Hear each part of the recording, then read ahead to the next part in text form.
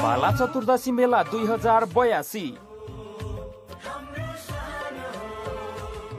गत वर्ष झै यो वर्ष पनि इलामको माइजोगमाई गाउँपालिकाको केन्द्र नयाँ बजारमा आगामी मङ्सिर 2 गतेबाट 10 गतेसम्म बाला चतुर्दशी मेला सञ्चालन हुँदैछ।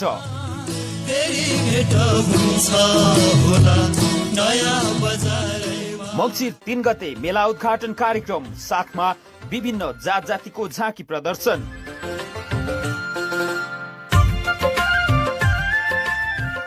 रमाइलो मिनी मेलाको साथमा स्थानीय तथा राष्ट्रिय कलाकारहरूको बेजोड सांगीतिक तथा सांस्कृतिक प्रस्तुतिहरू रहनेछ।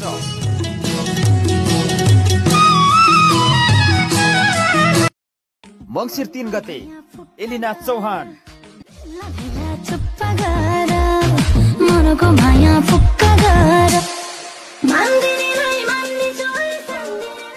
मङ्सिर 6 गते रचना रिमाल,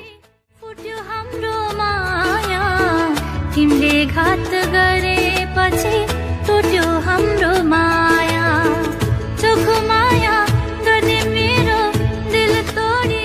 मङ्सिर 10 गते राजेश पायल राज, पर्यो त्यो साबी थुम्का तलपी चाङमरु,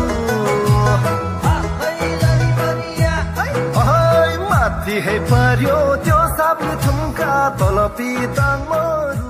साथमा स्थानीय कलाकारहरूको सांगीतिक एवं सांस्कृतिक प्रस्तुतिहरू रहनेछ।